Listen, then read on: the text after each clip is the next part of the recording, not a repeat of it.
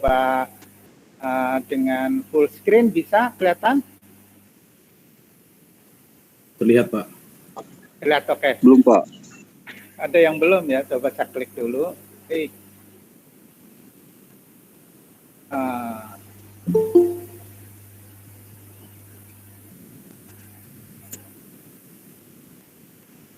Sudah kelihatan?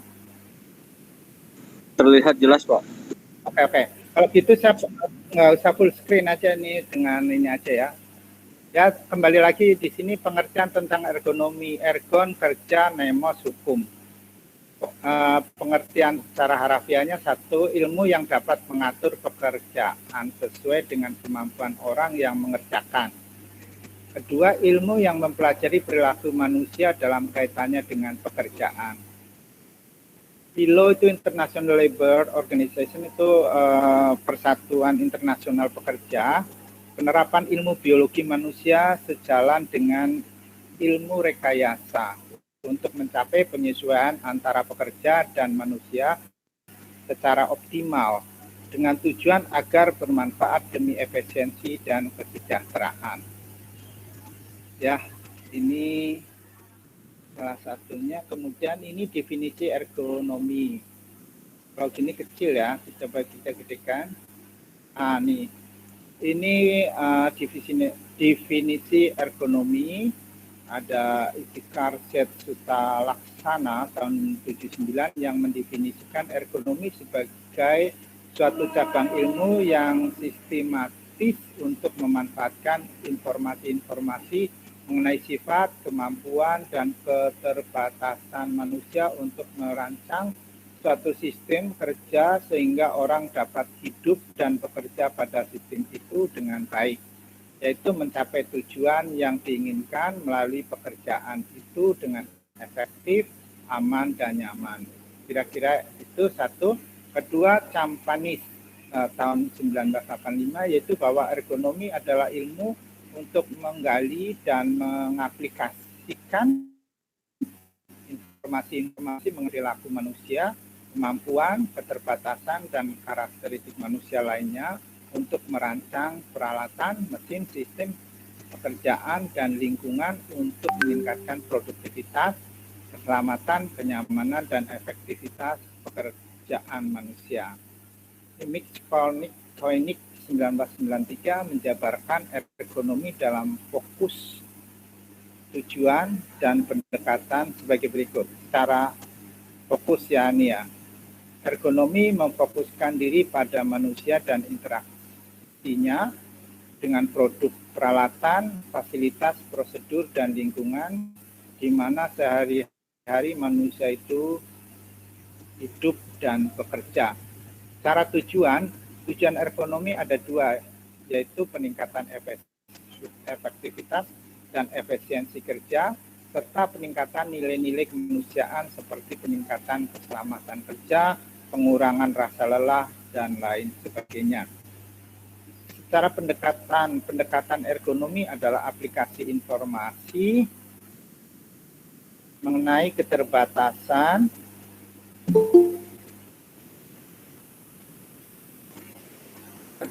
manusia, kemampuan, karakteristik tentang pekerjaan, prosedur, dan lingkungan tempat aktivitas manusia tersebut sehari-hari.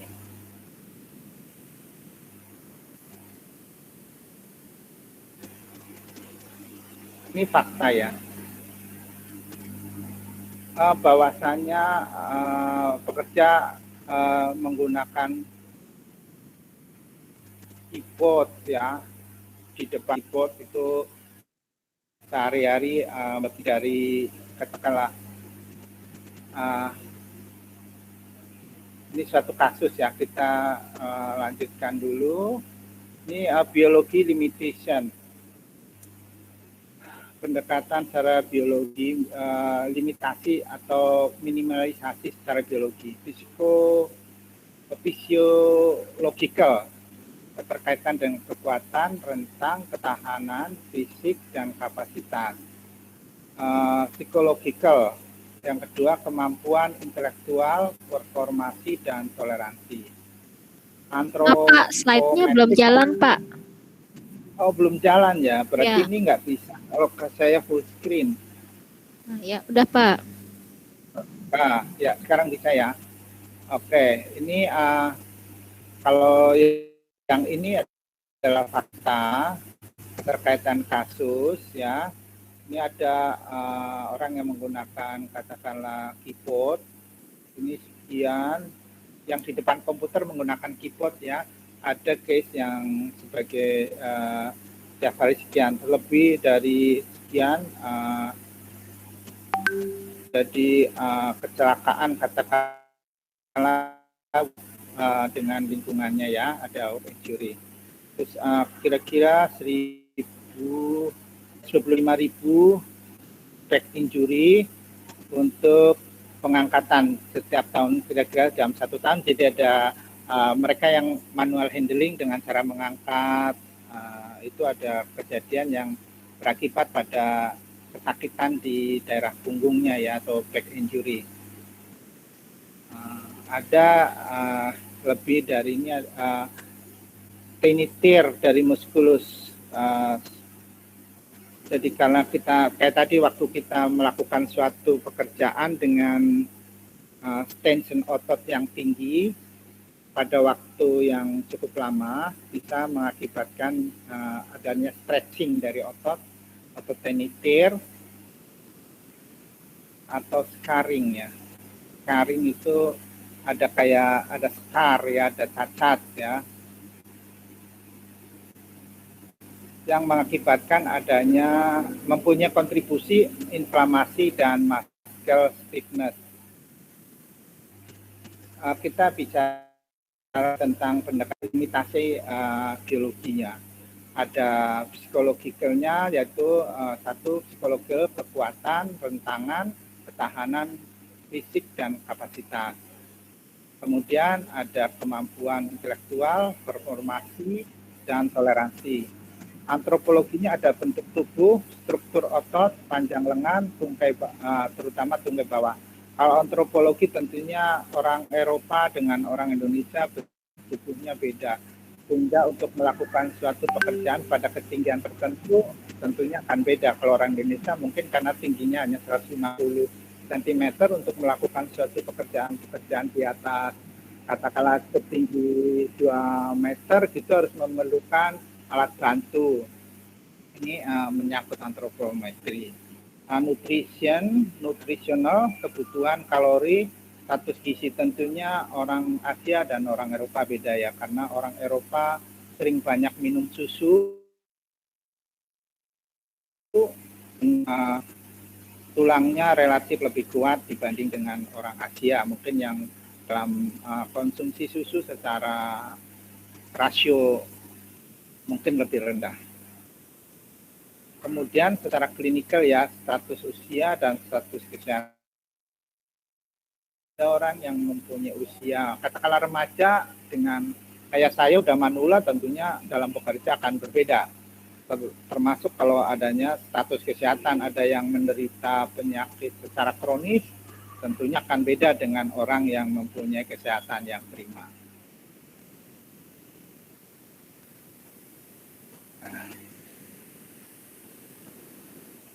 Ini ada fitting the task to person ya, ada nature of the work required, not always practical, ada financial restraint. Ini suatu pendekatan untuk fit personal, jadi dia sesuai untuk suatu kondisi pekerjaan. Ada control measurement, ada engineering control, ada maintain good ergonomy standar. Jadi ini kesesuaian antara kondisi kerja dengan individu pekerja. Ini kajiannya cukup dalam ya, sehingga kita kalau mau masuk ke sini ada hal-hal yang perlu kita coba secara prinsip kita sikapi. Karena itu juga dari kayak gini, fitting the personal to belum administrator.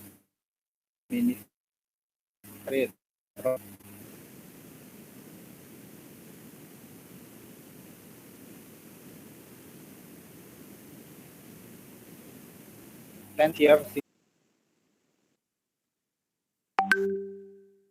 Terus putus, Pak.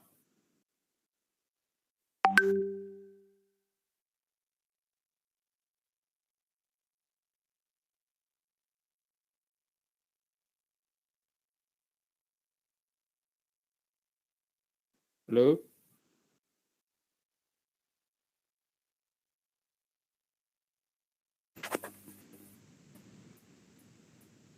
Bapaknya sinyalnya kurang bagus. Kerja, tempat kerja, dan job design. Halo? Halo? Putus, Pak.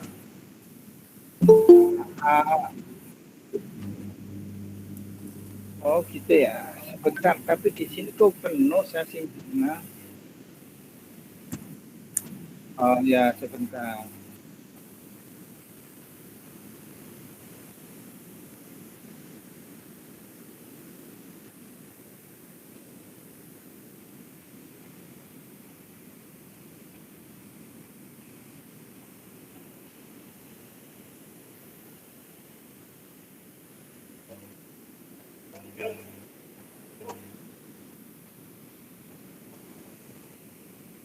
Kelihatan?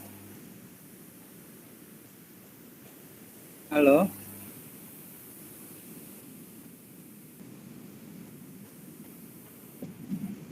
Sudah kelihatan ya? Oke. Ini mungkin ada gangguan internet kali ya, putus-putus juga. Ini kondisi secara pendekatan daripada proses suatu kerja. Ada pekerja, ada tempat kerja, ada job design. Sebetulnya dalam satu pekerjaan itu ada dua kategori, job design dan job specification. Ya, jadi kalau job specification itu kayak kita radiografer, tentunya sebagai lulusan dari D3 atau D4 radiografer mempunyai job specification dan job design yang berbeda. Nah, ini menyangkut tiga hal, ada pekerja, tempat kerja, job design. Mungkin ada hal-hal yang kurang pas yang perlu didiskusikan. Nah, ini kita masuk ke, tadi itu prolognya untuk masuk ke ergonomi ya. Kita masuk ke ergonomi.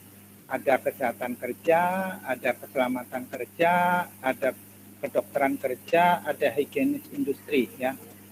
Kalau kedokteran kerja pendekatannya adalah preventif, memberikan suatu solution design problem keterkaitan dengan akibat kerja, sakit akibat kerja. Itu kedokteran kerja.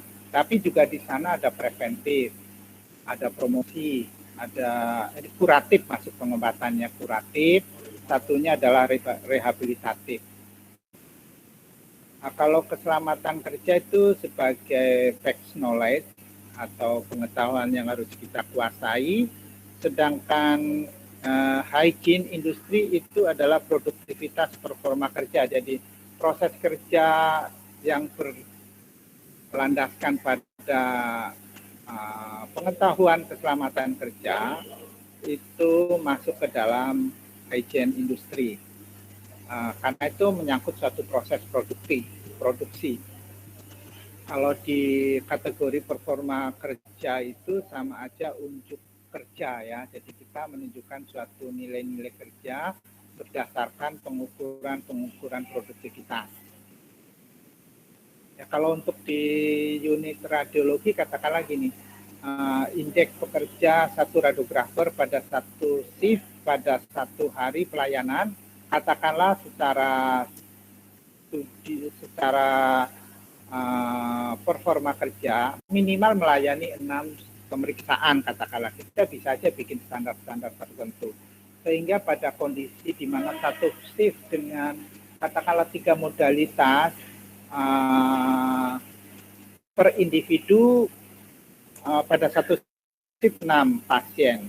Untuk 3 modalitas per shift minimal layanan adalah 18 pasien. Namun demikian bisa juga dikategorikan pada suatu konvensi pemeriksaan, katakanlah satu fototorak, konvensinya dengan satu fototorak, oke, clear. confirm memang satu fototorak sama dengan satu fototorak. Tentunya akan beda ketika satu fototorak menjadi sama dengan satu fototorak AP dan satu fototorak lateral. Itu nggak bisa. Berarti satu fototorak AP dan satu fototorak lateral itu sama dengan 2 pemeriksaan fototorak. Ini hanya untuk menghitung secara statistik penghitungan di atas kertas. Berarti pendekatannya adalah produktivitas. Ketika kita ngomong jumlah radiografer dalam satu shift ada 3 dengan 3 modalitas, berarti equal hasil dari unjuk kerja atau performan kerja 18 pemeriksaan. Namun demikian ada beda-beda keterkaitan dengan modalitas. Ada CT, ada MRI, ada general X-ray. Itu tentunya akan diekualitaskan atau disamakan antara general dengan MRI dengan CT akan beda. Mungkin kalau satu CT scan kepala akan disimulasikan sebagai nilai 3 foto X-ray katakanlah. X-ray apa nih? Torak katakanlah gitu ya. Kalau untuk MRI mungkin lebih banyak kalau dikonversi ke dalam foto torak. Ini untuk menghitung reka-reka moda-moda pada suatu produktivitas. Ini menjadi bagian dari apakah layanan radiologi bagian dari layanan yang efektif dan efisien enggak gitu. Tapi kita tidak ngomong ke pendekatan ke sana karena kita sebenarnya ngomongnya adalah pembebanan kerja yang kaitannya nanti ke ergonomi. Jadi itu untuk skematis kesehatan kerja berkaitan dengan ergonomi. Jadi kalau satu shift mempunyai pembebanan kerja yang tinggi dengan shift yang lainnya, tentunya seharusnya shift yang mempunyai pembebanan tinggi jumlah pekerja harus lebih banyak dibanding dengan shift yang tidak mempunyai pembebanan tinggi. Contohnya jaga malam. Itu mungkin pembebanan kerjanya tidak tinggi, tapi secara limitasi biologi dia akan lebih berat karena pada siklus biologi individu malam itu untuk istirahat, dengan kondisi tertentu malam itu harus bekerja. Nah ini harus kita coba pikirkan pada hal-hal yang berbeda. Tapi kalau untuk shift pagi katakanlah dengan jumlah kunjungan yang kayak tadi kita konversikan, kalau ada minimal pekerja katakanlah 6 pemeriksaan, kalau ada 5 radiografer katakanlah atau pekerja, berarti paling tidak shift pagi mendapatkan atau menghasilkan atau mempunyai performa kerja 30 pasien katakanlah gitu, atau 30 kunjungan atau 30 pemeriksaan. Belum tentu 30 pasien ada 30 pemeriksaan. Ini bisa juga akan lebih, tapi minimal 30 pasien kunjungan, minimal 30 pemeriksaan. Keterkaitan dengan produktivitas nanti akan dinilai dilakukan suatu konversi pemeriksaan berdasarkan bobot pembebanan kerja, kira-kira gitu. Ya, ini coba kira-kira problemnya apa? Dari satu pekerja yang melakukan pekerjaan dengan posisi yang tidak pas ya, karena dia harus nunduk, harus merapikan ini, menyiapkan suatu floor atau lantai untuk siap dilakukan pengecoran ya. Dia melakukan pekerjaan secara terus-menerus pada waktu yang mungkin cukup lama dengan posisi membungkuk terus-menerus. Namun demikian dia harus melakukan pekerjaan yang presisi, akurat, fokus, konsentrasi tinggi. Secara psikologis dia akan membuat suatu tension atau tekanan. Ya, ini suatu, kalau ini pekerjaan berarti dianggapnya suatu pekerjaan yang sifatnya monoton. Dan konsep monoton itu tadi ada hubungannya keterkaitan dengan durasi waktu bekerja, lama bekerja, durasi waktu bekerja pada konteks posisi yang sama. Ini bisa berakibat pada strain otot, kelelahan, baik secara psikologis maupun secara fisik. Ya, ini problem, termasuk salah satu bagian dari problem ergonomi. Itu interface ya, ada touch. Kita akan melakukan pendekatan atau touch ya kepada manusianya baik secara kelompok maupun secara individu, kepada lingkungan kerjanya, termasuk berikutnya adalah ke alat dan tools and equipment ya, alat untuk bekerja dan alat bekerja.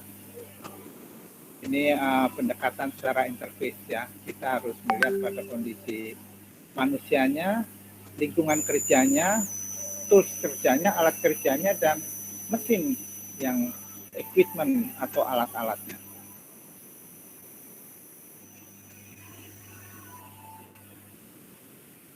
Ini ada suatu evaluasi potensi bahaya. Kalau dibilang dari high, medium, dan low.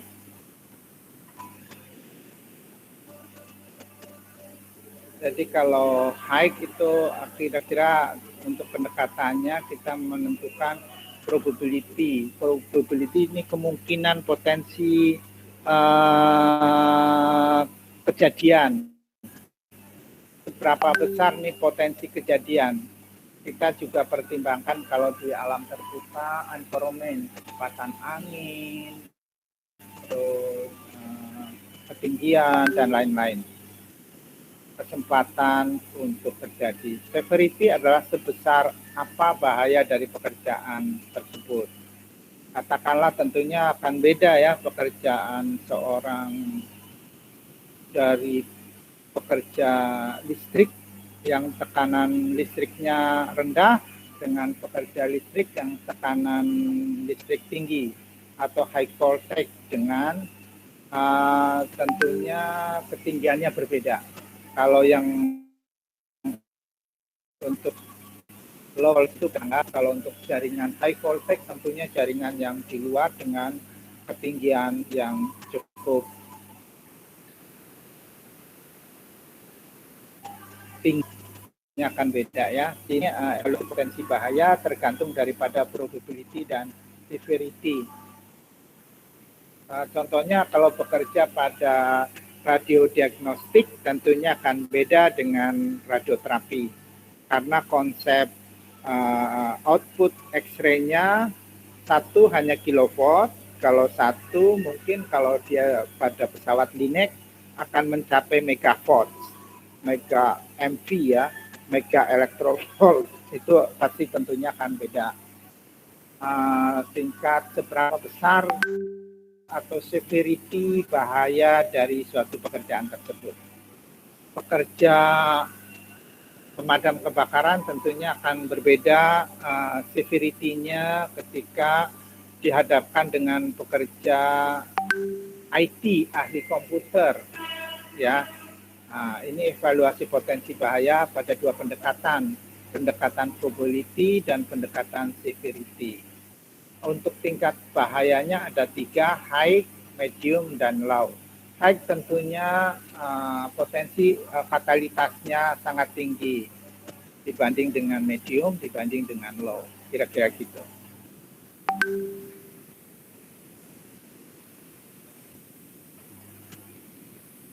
Ini tadi ada desain tempat kerja, tinggal pada sini ya. Yang atasnya ada ya. Ini desain tempat kerja secara requirement, physical requirement. Kalau kita ngomong desain tempat kerja itu disesuaikan dengan kebutuhan fisik, anthropometric consideration ya. Tentunya ini tinggi orang berbeda, tempat kerjanya desainnya akan berbeda ya.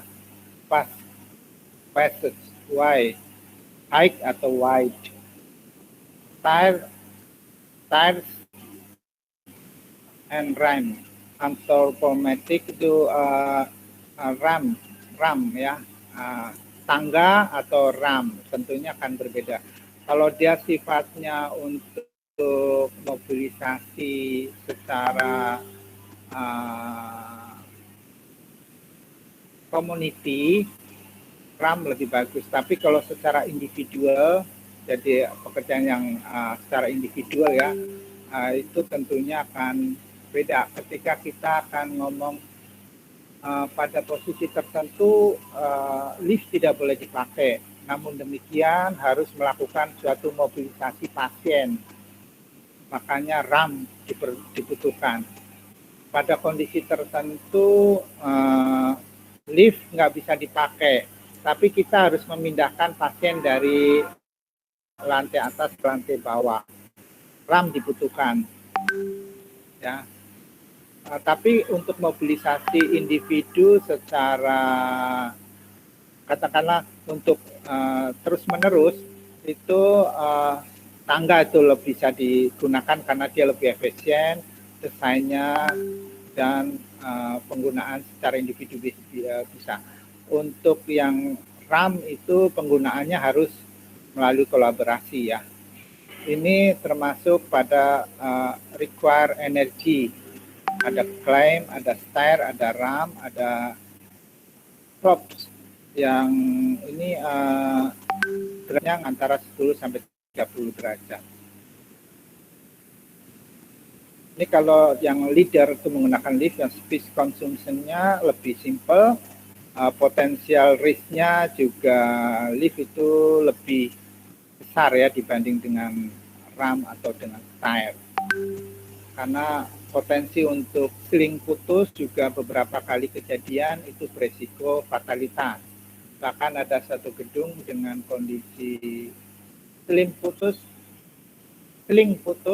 mengakibatkan korban karena lift itu langsung meluncur tanpa kendali.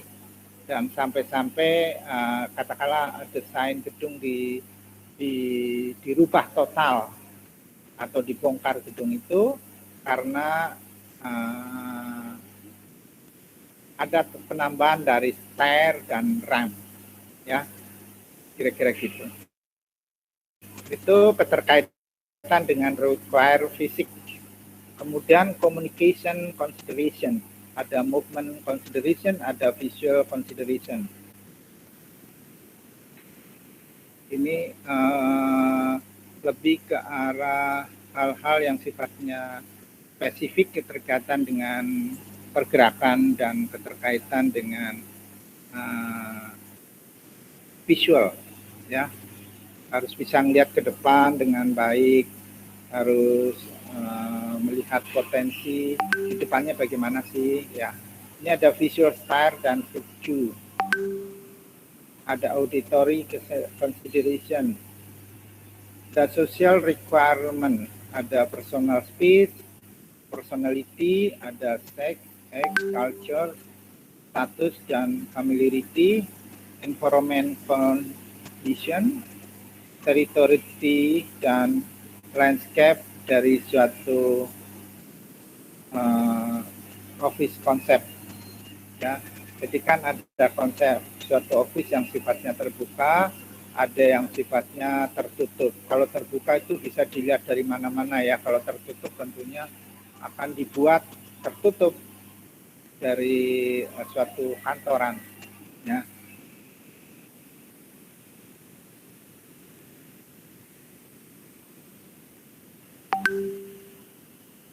Ini ada space zone secara skala ya, itu ada personal, apalagi di musim pandemik ini tentunya ada ketentuan prokes yang bukan menganjurkan, mengharuskan adanya social distancing.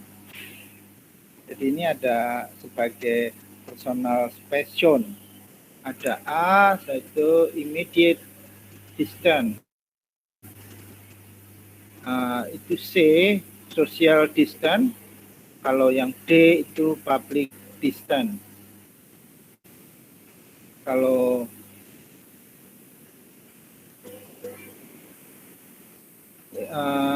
yang B itu personal distance ya. Jadi kalau memang kita kenal, kita berdekatan. Tapi begitu posisi C itu social distance, itu jaraknya kalau dihitung jarak itu ya, kalau kita baris ada satu orang 1, 2, 3. Nomor ketiga itu social distance. Nomor keempat sebagai bagian dari public distance.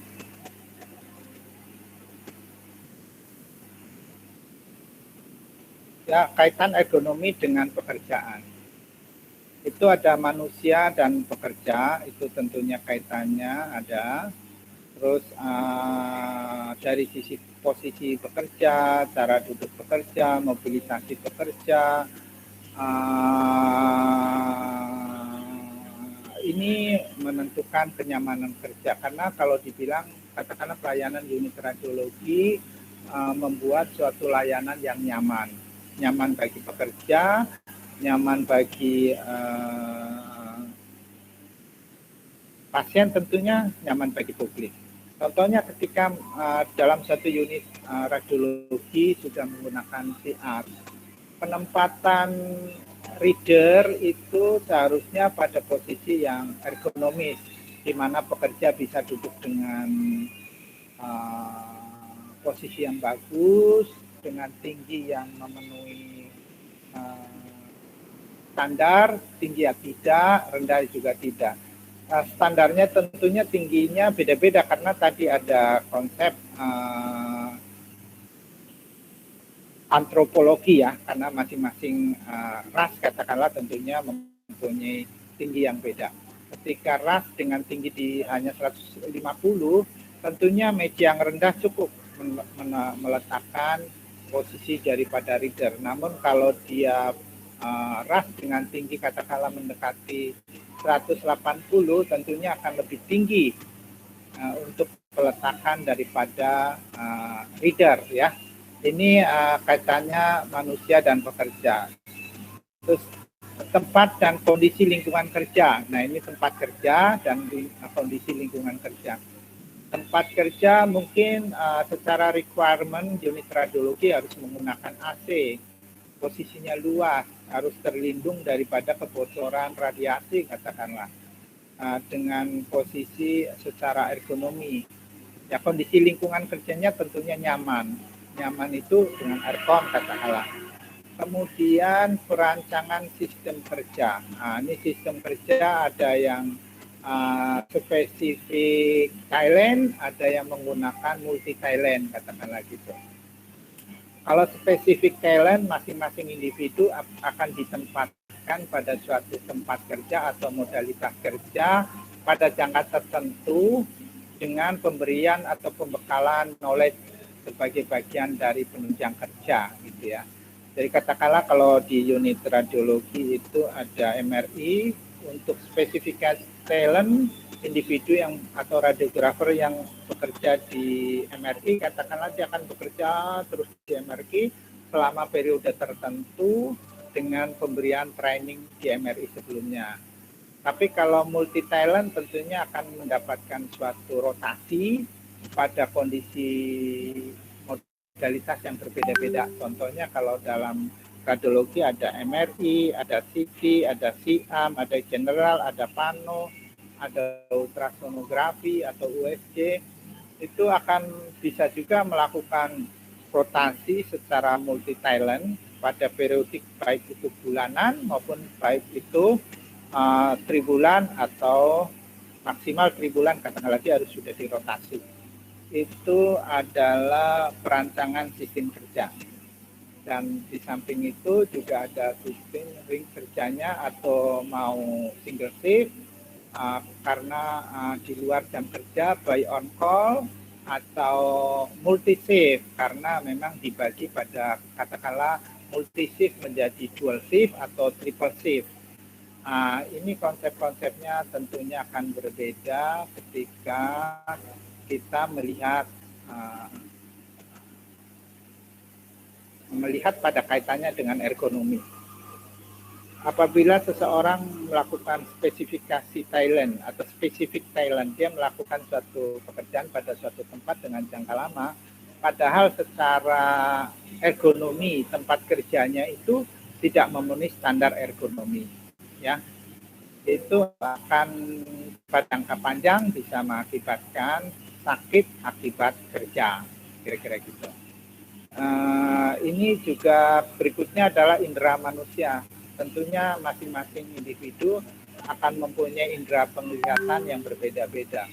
Secara prinsip memang pada konteksnya ada dua, orang dengan buta warna dan orang tanpa buta warna. Tapi secara spesifik akan terbagi-bagi lagi. Orang menggunakan kacamata, ada yang kacamata plus, ada yang kacamata minus, ada yang kacamata silinder. Apalagi ketika kita melakukan suatu tindakan pada potensi yang berbahaya terhadap mata, contohnya pada fluoroskopi. Itu tentunya pertimbangan indera mata atau indera manusia itu juga di samping ini yang fokusnya mata dulu ya. Mata itu perlu dilindungi. Terus ada indera penciuman, ada indera lain-lain. Tentunya kalau dalam kaitannya dengan ergonomi itu lebih spesifik adalah indera mata karena ada hal-hal yang secara khusus akan berpengaruh pada kesehatan mata. Konsumsi energi dan kelelahan kerja. Ini lebih spesifik kelelahan kerja karena durasi waktu kerja, konsumsi energi berarti ada pekerjaan yang memang memakan energi cukup banyak yang berakibat pada kelelahan kerja. Ya, ini contohnya kalau katakanlah pada studi spaghetti itu mengukur berapa lama sih atau berapa waktu yang dibutuhkan untuk suatu layanan pemeriksaan radiologi. Contohnya pada fototorak secara real itu berapa sih dari mendaftar, berikutnya dari awal hingga akhir hingga mendapatkan keluaran pada konteks hasil. Nah, itu energi yang dibutuhkan untuk berkeliling-keliling dari ambil kaset, meminta untuk ganti baju, ambil eksposi, ambil kaset kembali, mereader, katakanlah kalau yang sudah di area langsung muncul di monitor, melihat di monitor untuk editing gambar sampai dengan gambar itu siap untuk dilakukan expertise. Itu apakah menimbulkan kelelahan dalam konteks kerja karena kaitannya adalah durasi waktu kerja, beban kerja, dan lain sebagainya. Oke. Berikutnya adalah mengatur waktu kerja. Ini waktu kerja secara normatif tentunya sebagai patokan adalah kerja pagi jam 8 sampai jam 4 sore itu yang non shift. Kalau yang shift jam 8 atau setengah 8 sampai dengan jam 2. Terus jam 2 sampai dengan jam 9. Jam 9 sampai dengan pagi. Kalau ini pelayanan 24 jam atau 24 hours without stagnasi atau 24 jam tanpa henti, tentunya ini akan menjadi beda karena pada tanggal atau hari tanggal merah itu seharusnya dilakukan penilaian secara spesifik. Namun demikian, kalau itu bagian dari 24 jam, bisa saja tidak ada hari merah karena hari merah maupun hari biru maupun hari akan anggap sama beban kerjanya. Hanya bedanya ketika mungkin itu pada hari raya yang menjadi bagian yang berbeda. Itu apa kaitannya? Tentunya dengan stres kerja. Kalau kerja malam, kerja pagi, kerja siang, tentunya stres kerjanya akan berbeda. Kemudian tata kerja atau prosedur kerja dan sistem kerja. Nah, kemudian keselamatan dan kesehatan kerja. Ini ada norma-norma ergonomi yang disepakati. Tentunya ada pembebanan kerja fisik tadi yang saya bilang ada seharusnya dari masing-masing shift akan terurai pada konteks pembebanan fisik. Kalau secara fisik banyak pemeriksaan, banyak pasien tentu secara fisik akan mendapatkan banyak beban sehingga jumlah personel ditambah. Sikap tubuh dalam bekerja. Ini juga beda ya ketika kita bekerja dengan duduk, tentunya akan beda sikapnya. Dan beda juga ketika ada manual handling, ya, mengangkat dan mengangkut. Mengangkat itu ketika dari posisi rendah menjadi tinggi, pengangkut ketika memindahkan dari satu tempat ke tempat lain. Jadi ini bagian dari suatu kajian ergonomi yang disepakati. Kemudian olahraga dan kesegaran jasmani. Pada konteksnya seharusnya setiap periodik tertentu melakukan suatu stretching, bukan stretching ya apa ya, penyegaran gitu ya. Kalau yang duduk itu mungkin setiap maksimal 2 jam atau 3 jam dia bangun untuk melakukan suatu penyegaran. Ini keterkaitan dengan musik dan dekorasi juga ini membuat suatu hal yang sifatnya rileks sehingga mengurangi stres dalam bekerja. Dekorasi sebaiknya pada periodik tertentu mungkin catnya atau posisi alat selalu berubah-ubah kecuali alat yang utama yang susah untuk dirubah. Mungkin warna tembok atau layout ruangan akan berubah seperti menggeser katakanlah almari untuk membuat sekat-sekat dan lain sebagainya. Nah, ini kemudian lingkungan kerja ya, lingkungan kerja itu bagian yang secara menyeluruh menjadi satu kesatuan secara terintegrated. Apabila itu unit radiologi, lingkungan kerjanya adalah rumah sakit, baik secara internal rumah sakit, tetangga unit kerja, ada laboratorium, ada emergensi, ada poliklinik, dan lain sebagainya. Atau lingkungan luar rumah sakit, mungkin ada taman, ada jalan, ada lampu penerangan, dan lain sebagainya.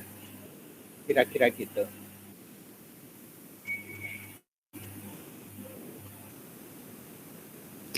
Pak, izin bertanya. Ya. Ini pengamatan dan pada suatu katakanlah industri dengan menggunakan conveyor atau ban berjalan itu akan memerlukan suatu pengawasan katakanlah dari individu pekerja, berbeda dengan yang memang hanya menggunakan manual pemindahannya tanpa mesin gitu ya, karena itu terus menerus. Apabila contohnya ketika salah satu individu mau ke toilet ya, itu satu problem, berarti harus disiapkan tenaga pengganti, karena kalau tidak dia akan berjalan sehingga pekerjaan itu akan kacau, sehingga ketika katakanlah saya sebagai pekerja pada ban berjalan atau conveyor akan melakukan pergi ke toilet, kita harus menekan satu tombol. Ketika kita tekan tombol, ada lampu memberi sinyal dan ada penggantinya datang. Penggantinya biasanya supervisor atau kepala divisi atau yang lain untuk menggantikan sesaat ketika dia ke toilet. Namun demikian juga ada yang mengawasi, kalau ke toilet berlama-lama nggak boleh, dia harus diingatkan ya. Itu kira-kira gitu. Display sebagai penyalur informasi. Itu juga dalam bekerja, kalau di unit radiologi display ya monitor hasil ya dari record atau reader atau dari monitor dari alat CT scan atau alat MRI, itu sebagai display sebagai penyalur informasi. Hasil kerjaan manusia dan proses pengendalian. Ini sebagai aspek manusianya, tentunya ada hasilnya. Tentunya hasilnya kalau di unit radiologi hasilnya adalah hasil pemeriksaan radiologi paripurna yang efisien dan efektif. Contohnya gitu ya. Itu ada proses pengendalian, yaitu bagian daripada QC-nya. Bagaimana untuk mencapai secara konsisten hasil layanan unit radiologi secara paripurna, efektif, dan efisien. Nah, ini dari aspek manusia juga bisa terjadi suatu kelelahan karena sifat kerjanya monoton atau beban kerja, load kerjanya terlalu tinggi, di samping waktu yang secara rutinitas terus-menerus sehingga dapat mengakibat kelelahan. Ini ada tempatnya yang sesuai dengan manusia. Tentunya lingkungannya, lingkungan pekerjaan di dalam, maksudnya lingkungan tempat kerja itu memang didesain memang untuk pekerja manusia gitu, dari luasnya, terus posisi pekerjanya, ini menyangkut antropometri ya, tinggi rendahnya, Tentunya kalau individunya tinggi, posisinya rendah, dia akan membungkuk. Pada konteks yang lama bisa berakibat sakit atau unfit pada pekerjaannya. Ini jadi aspek sarana kerja berkaitan dengan alat kerja. Itu untuk menentukan fit job to worker. Jadi dia menentukan ini sesuai nggak untuk pekerjaannya bagi individu gitu. Pekerjaan ini bagi individu sesuai enggak, ya itu sangat berpengaruh pada aspek sarana kerja. Sarana kerja termasuk alat bantu kerja, tentunya akan berbeda ketika kita bicara di unit radiologi, sarana kerjanya dengan konvensional radiologi dan digital radiologi akan berbeda. Satu sisi ada kamar, satu sisi chemical, satu sisi bisa melakukan suatu editing, yang satu sisi tidak bisa melakukan editing. Kalau ada sesuatu hal yang sifatnya dinamis, harus mengontrolnya ketika dia melakukan ada kondisi yang rendah, dia mungkin nggak bisa membantu dengan konsep editing, tapi kalau yang digital sudah bisa. Ya, itu kira-kira untuk aspek manusia dan lingkungan kerjanya. Aspek lingkungan kerja nih ya, penerangan, cahaya di tempat kerja, temperatur, suhu udara di tempat kerja, kelembaban di tempat kerja, sirkulasi udara, kebisingan di tempat kerja, getaran mekanis di tempat kerja, bau tidak sedap di tempat kerja, tata warna, dekorasi, musik di tempat kerja, serta satunya keamanan. Keamanan membuat nyaman karena apa? Pada suatu lingkungan kerja menjadi aman ketika tidak ada hal yang sifatnya event kejadian yang membuat tidak nyaman. Ya, ini sisi antropologi ya. Sistematik antropometri ya, sistematik measurement, ada physical properties ya, sesuai nih dengan tingginya, waktu dia kerjanya, posisi tubuhnya, deskripsi dari body size dan shape. To improve the design and sizing of the thing were used in everyday life. Jadi dia akan disesuaikan dengan antropometrinya, tingginya, terus size badannya, yang gemuk sama yang kurus tentunya akan berbeda ya. Meningkatkan kesehatan, keselamatan, dan lebih efisien. Ini workforce ya. To improve the effectiveness and efficient dari peralatan yang digunakan. Ini lebih spesifik khususnya pada militer, industri, rumah tangga, kesehatan, dan lain-lain.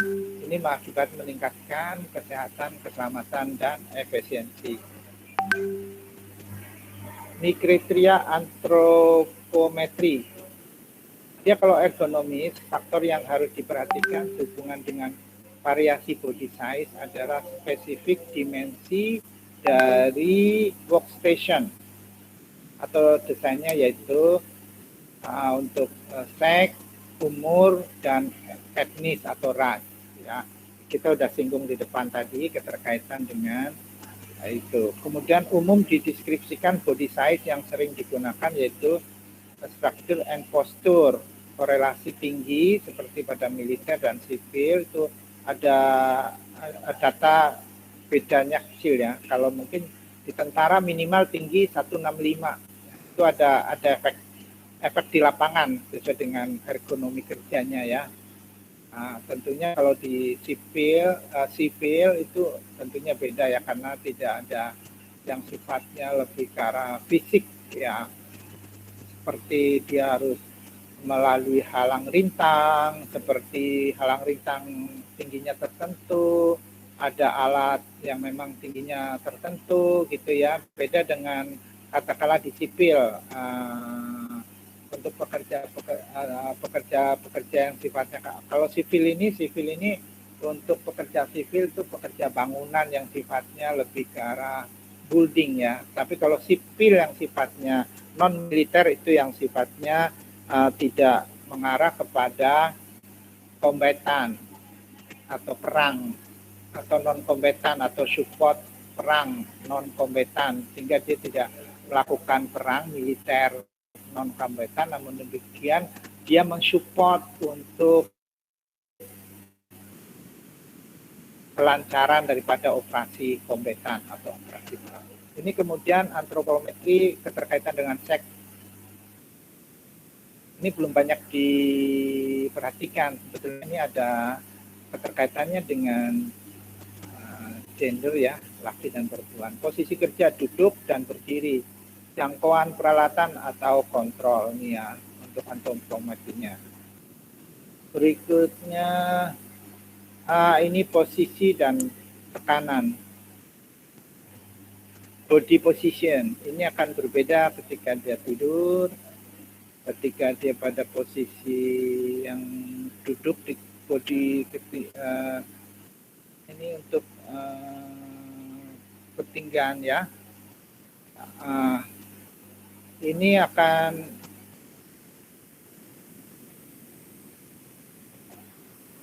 saya nggak bisa.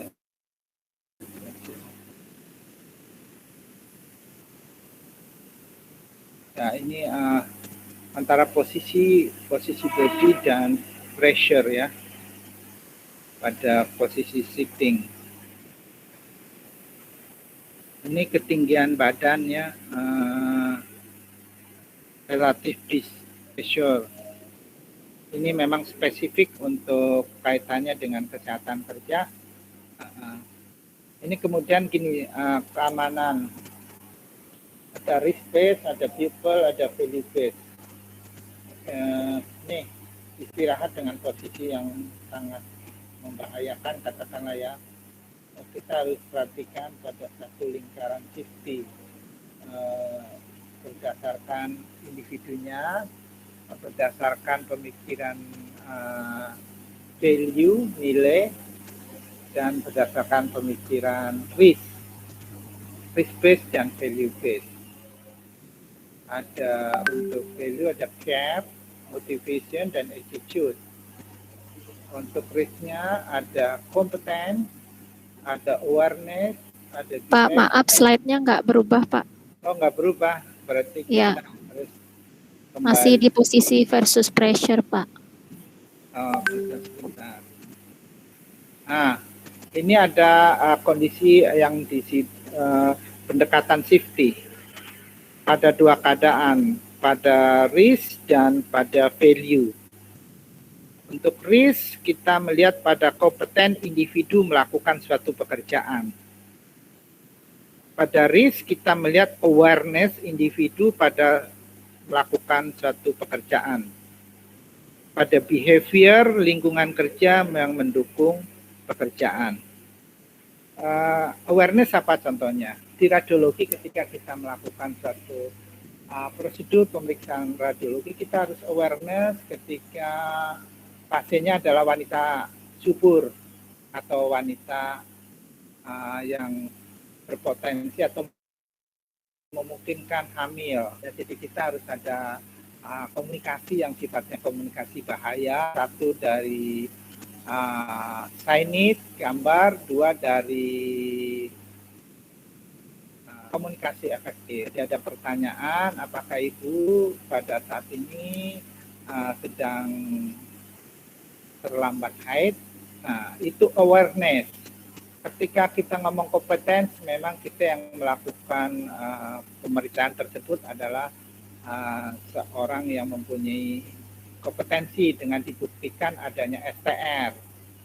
Saat ini STR didapat ketika exit exam. Jadi melakukan ujian kompetensi sebelum dinyatakan lulus dan diwisuda serta disumpah sebagai pekerja profesi. Itu namanya kompeten. Kalau awareness tadi ya sudah untuk behavior tentunya lingkungan kerja. Kalau behavior itu behavior ya. lingkungan, kebiasaan-kebiasaan kita, ya, behavior, perilaku kita, setiap apakah kita awareness nggak, perilaku kita peduli nggak, perilaku kita profesional nggak, ya, di behavior. Untuk value ada care, tentunya kita lebih care, ya. Kalau udah care udah kita tahu kebutuhan orang, kita empati terhadap orang, ya. Kita empati terhadap orang dalam konteks ini ada orang tua datang ke radiologi dengan tanpa pendamping, katakanlah, kita harus melakukan konsep-konsep care, mungkin lebih didulukan, mungkin lebih beri sarana prasarana yang membuat dia nyaman. Motivasi itu yang membuat nilai kerja dari masing-masing individu, dia akan bermotivasi bagaimana. Berikutnya adalah attitude, tentunya sikap kita terhadap pekerjaan. Semua ini menghasilkan suatu resultase yang sifatnya safety, kira-kira gitu. Ini office ergonomi pada foto, ya, itu ya kaitannya dengan tadi workstation ergonomi, ya, menggunakan VPTS secara luas mengkontribusi kumulatif trauma considered ada repetition, certainty of wear pressure, posture action, localized mechanical stress, physiological stress. Ya, kalau orang yang bekerja ini kumulatif trauma yang bisa menjadi kumpulan daripada trauma, ya, termasuk indera, ya, termasuk alat gerak, ya. Kemudian adalah back pain race, ini postur dan lingkungan kerja, postur tubuh kita dan lingkungan kerja. Kalau lingkungan kerjanya tertata dengan baik, lingkungan kerjanya memungkinkan kita menghadap tegak lurus, ya, terhadap workstation, tentunya kita tidak mengakibatkan sakit punggung, termasuk posisi duduk atau sitting. Ini ada satu lagi resiko dari eye strain, melihat objek yang sifatnya kayak gini, lurus tertutup gitu, ya. Terus looking close object for long period of time, melihat yang terus menerus dalam jangka lama, itu bagian dari resiko untuk kesehatan mata. Ya, berikutnya ini keterkaitan dengan desain dari workstation, ya, ada posisi monitor directly di depannya, ya, jangan monitornya di samping sehingga kita harus muter badannya. Posisi daripada top monitor itu di-adjust di bawah mata, ya, jangan pinggir mata, seperti di bawah mata. Terus adjust daripada monitor dengan jarak mata ke screen kira-kira 18 sampai 30 inci. Ini memang bagian dari suatu hasil studi, katakanlah, ya, ini kondisi yang membuat posisi dari desain workstation aman. Ini landscape kantor atau workplace range. Ini komunikasi dengan kolega dan mesin, ya. Ini ketika kita ada suatu perkantoran, katakanlah mau ketemu aja harus naik tangga, beda step, beda ini, ya. Mobilisasi dan visual auditory ini bagian dari yang mandatori, ya. Posisi daripada environment, personal space, dan territoriality. Jadi territoriality itu kuasa di daerahnya, ya, menjadi performa nih. Dia kalau mau komunikasi harus naik tangga gitu ke tempat lain, dan turun tangga untuk ngecek di mesinnya, mengontrol pekerjaan. Terus ini juga bagian dari keadaan yang bisa mengakibatkan stres secara psikis. Ini workstation kira-kira kayak gini nih. Jadi dia mengacu pada suatu area dengan monitor tepat di depannya. Ada penyudutannya ke kiri dan ke kanannya itu hampir menjadi area kerja yang sering adalah ke depan. Kalau ke kiri dan ke kanan dengan konsep memutar ya, tidak membuat strain bagian otot tertentu. Kira-kira ini fit duduk dan berdiri. Kalau ini duduk kayak gitu, kalau berdiri seperti itu. Berikutnya ini posisi duduk dan posisi berdiri. Ini untuk posisi duduk menggambar dan ini posisi duduk berdiri. Ini kasus 1 direkomendasikan ya. Kalau untuk kasus 2 tidak direkomendasikan. Nah, ini checklist pekerja, lingkungan kerja, dan job design. Nih, ya, di sini akan melakukan hal yang beda-beda. Ini di pabrik, tentunya. Ini di pabrik juga. Terus ini karena kesesuaian yang tinggi sehingga mengakibatkan adanya tendinitis daripada otot. Ya, kita nanti ini back pain penyebabnya karena ini treatmentnya juga ini sakit akibat mata kelelahan, kemudian job analisis bisa dibawa, terus identifikasi potensial hazard. Ini bisa kita lihat coba nanti preparing founder karena kita terus ya, ini waktunya nggak cukup kalau itu. Pak, izin bertanya boleh, Pak? Boleh, silakan. Nanti selesaikan dulu nih ya, ada 4 slide lagi. Nah, ini karena waktunya kok nggak cukup, saya lihat ya interpretasi hasil, data. Nah, ini ada format job analysis report, critical review. Nah, ini ada identifikasi hazard, ekonomi, dan sebagainya. Weight by pressing machine. Ini alat bekerja di mesin dengan alat weight. Ini peeling down ya, jatuh ya resikonya dari stepper. Kalau yang tadi ini resiko ke press. Ini itu. Terima kasih ya. Silakan kalau ada yang bertanya. Pak, salah satu bentuk untuk biar tidak terkena penyakit akibat kerja itu kan preventifnya kita kan dengan MCU rutin ya Pak ya, tiap tahun. Ya. Bagaimana kalau dari perusahaan sih dikasih pemeriksaan ya yang standar-standar aja Pak, padahal belum tentu itu sesuai dengan yang kita butuhkan gitu, bahkan bisa kita harus periksa harusnya lebih dari itu. Bagaimana cara menentukan MCU pemeriksaan MCU yang sesuai dengan jenis spesifikasi pekerjaan yang kita hadapi Pak, sehingga nanti sasarannya tepat guna. Misalnya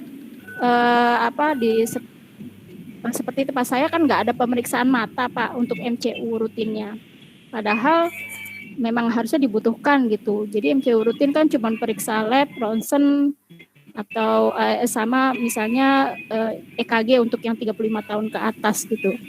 Begitu Pak, jadi biar pemeriksaan yang sesuai dengan spesifikasi pekerjaan tertentu gitu Pak. Itu rekomendasinya dari mana gitu? Oke, gini, itu pertanyaan bagus ya. Sebetulnya konteks medical check-up itu ada yang katakanlah tadi kan ada medical gitu ya. Ini. Nah, ini masuk ke dalam kedokteran kerja. Kedokteran kerja yang membawai adalah dokter spesialis okupasi kerja, SPOK. Dokter spesialis okupasi kerja. Tepatnya ketika kita sebagai pekerja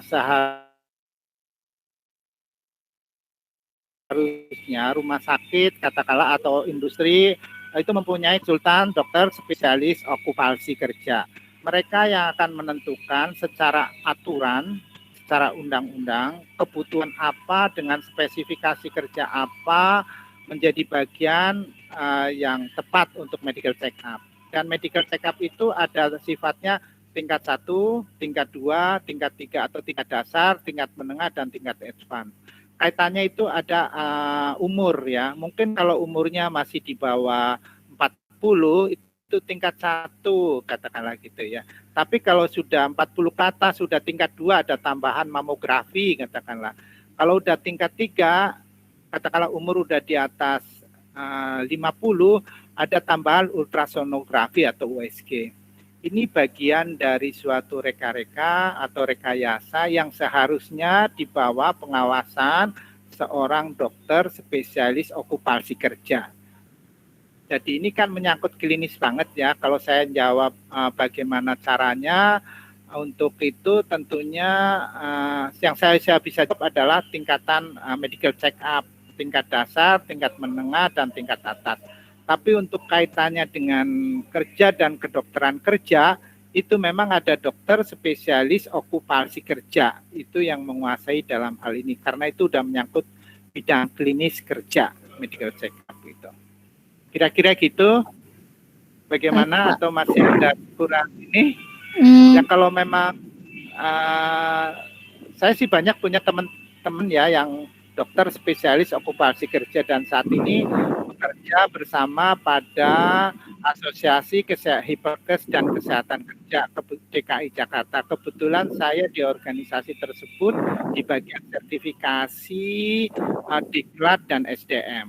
Jadi memang penentuan derajat untuk konteks kebutuhan medical check up itu mereka lah yang tahu. Kecuali satu, kalau kita pekerja radiasi ada undang-undangnya atau peraturan dari Bapeten keterkaitan jenis pemeriksaan yang harus dilakukan. Gitu. Kira-kira itu untuk menyeluruh ya Pak. Kalau yang untuk hiperkes itu baik industri maupun rumah sakit ya Pak. Iya karena di organisasi saya itu ada bagian K3 rumah sakit, tapi di bawah Departemen Tenaga Kerja, ya. Ya, jadi ada beberapa kali memang melakukan suatu webinar untuk nanti tanggal 13 juga melakukan webinar. Kebetulan saya menjadi moderator di situ. Jadi memang konteksnya lebih ke arah kesehatan kerja, keterkaitan dengan keselamatan kerja, keterkaitan dengan higienis industri. Kalau higienis industri kan menyangkut produktivitas dan performa kerja. Apa? Orang sering sakit, bagaimana caranya untuk membuat orang tidak sakit itu higienis industri ya. Sakit akibat kerja, lingkungan pekerjaan itu higienis industri. Kalau untuk kedokteran kerja itu udah sakit karena kerja. Atau ada 3. Satu adalah preventif, 2 kuratif, 3 rehabilitatif. Jadi preventif termasuk medical check up. Tapi beda dengan promotif. Kalau promotif itu yang cuap-cuap. Contohnya bagaimana cuci tangan, jaga kondisi kebugaran, itu promotif. Tapi untuk preventif ya di medical check up. Nah, ini yang menguasai secara konsep adalah dokter spesialis okupasi kerja, kira-kira gitu. Kecuali untuk yang Bapeten ya, untuk radiografer. Untuk yang radiografer, untuk ketentuannya nggak ada yang spesifik di aturan mana Pak, bahwa medical check up-nya harus ABCD, terus usia sekian ABCD gitu Pak? Ada, konteksnya adalah fisik, kedua periksaan darah, ketiga tindak lanjut.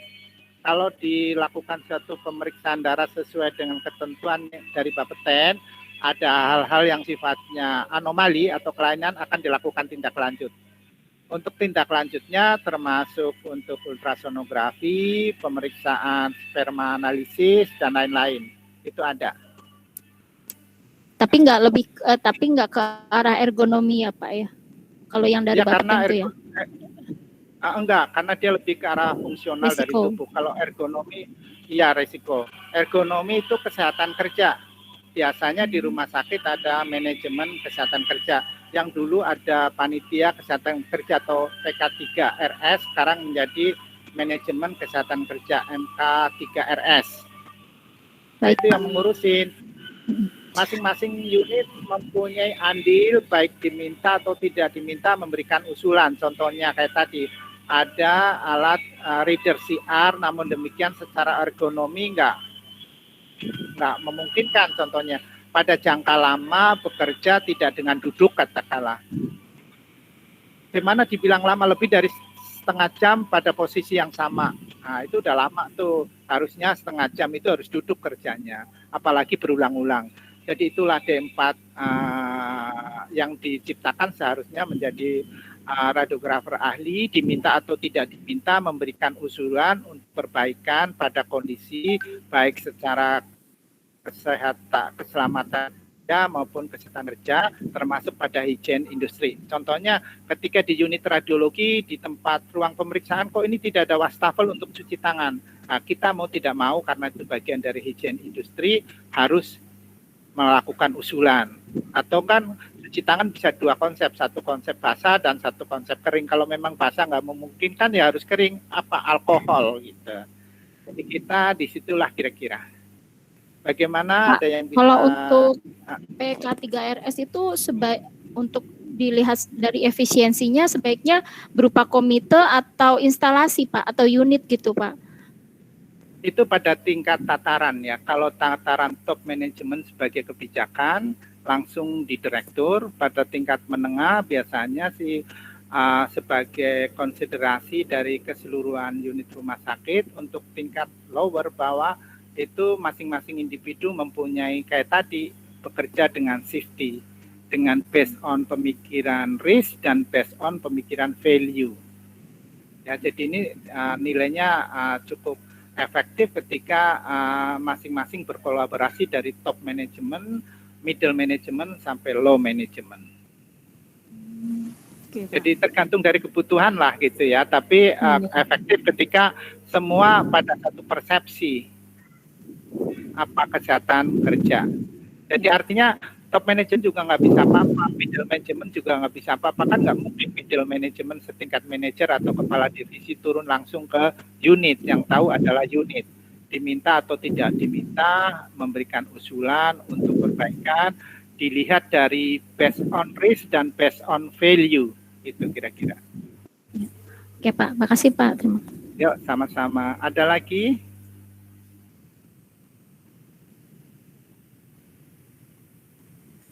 Kalau memang tidak ada,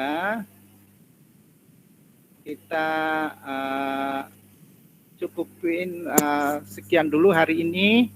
Nanti untuk PPT-nya yang bagian bawah bisa dibaca sendiri secara langsung. Mungkin ada tugas ya, ketika kita coba aware terhadap lingkungan kerja kita, melihat pada konteks ergonomi, coba identifikasi secara ergonomi aplikatif di unit kerja masing-masing. Contohnya, ketika kita memindahkan pasien, di tempat kita ada nggak sliding bed, ya? Itu bagian dari ergonomi. Ketika kita melakukan, katakanlah kita mau ngambil stok barang di almari, apakah kita ada nggak footstep untuk membantu kita memposisikan diri kita sesuai dengan ergonominya. Apakah kita pada proses tertentu, katakanlah reader, editing, workstation pada posisi yang tepat. Contohnya kayak tadi kan, monitor di bawah mata gitu. Kira-kira gitu. Coba diidentifikasi ya, kita cari paling nggak 10 item lah dari masing-masing individu supaya kita tahu. Contohnya ketika kita mau melakukan shifting atau pengepasan ya, katakanlah memasang film setelah habis gitu ya, itu posisinya gimana? Mudah atau tidak? Udah buka slotnya aja kesulitan. Ketika kita memasukkan juga kesulitan. Itu bagian daripada suatu potensi terjadinya strain daripada otot. Dan strain otot itu bisa mengakibatkan tendinitis atau pesan pada otot. Jadi kira-kira minta tolong nanti coba PJ dikumpulkan dari masing-masing tugas individu itu, nanti kita laporkan sebagai bagian dari feedback kuliah K3 radiologi, khususnya submateri ergonomi. Itu pakai foto ya Pak? Ya, kalau pakai foto juga. Contohnya ketika environment bagus, secara ekonomi bagus, tentunya penyakit akibat kerja akan menurun sehingga jumlah atau total absensi individu hampir tidak ada per bulannya. Ya, yang sakit kepala lah, yang lehernya inilah, yang demam lah dan sebagainya. Karena contohnya gini, kita kerja di rumah sakit kan sumbernya bakteri. Kalau nggak ada tempat cuci tangan tentunya akan kita terinfeksi gitu, apalagi dengan model-model moda-moda kondisi pandemik gitu. Jadi kita coba lihat lebih aware lah kita untuk belajar aware ini gimana gitu. Supaya kita nanti mendapatkan suatu feedback dari ergonomi ini bagian dari suatu K3 radiologi. Ada 10 item aja di tempat kerja. Bukan berarti kita akan mengobrol kondisi kerja, tapi bagian suatu kajian ilmu gitu ya. Supaya kita ya paling enggak menjadi suatu nuansa keilmuannya ada. Karena kita memang belajar bukan akademik, tapi kita belajar pada konteks yang sifatnya vokasi. Ya, vokasi itu 70% praktek, 30% teori. Kalau kita tidak mengkaji secara dalam, kita nggak ada bekasnya lah untuk belajar ergonomi. Tapi kalau kita aplikasikan konteks di lapangan, di tempat kita kerja, apa aja sih yang menyangkut konsep-konsep ergonomi. Contohnya di workstation, ini apa, kursi tidak bisa diputar kiri, putar kanan gitu. Kursinya kalau muter harus begini, ya. Seharusnya di workstation, kursinya tuh bisa berputar begini.